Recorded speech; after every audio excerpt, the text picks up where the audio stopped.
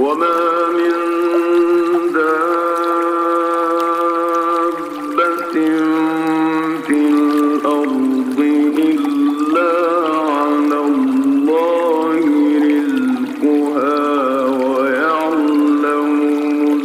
مستقرها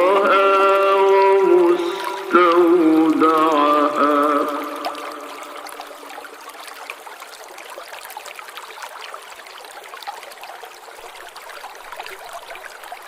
كل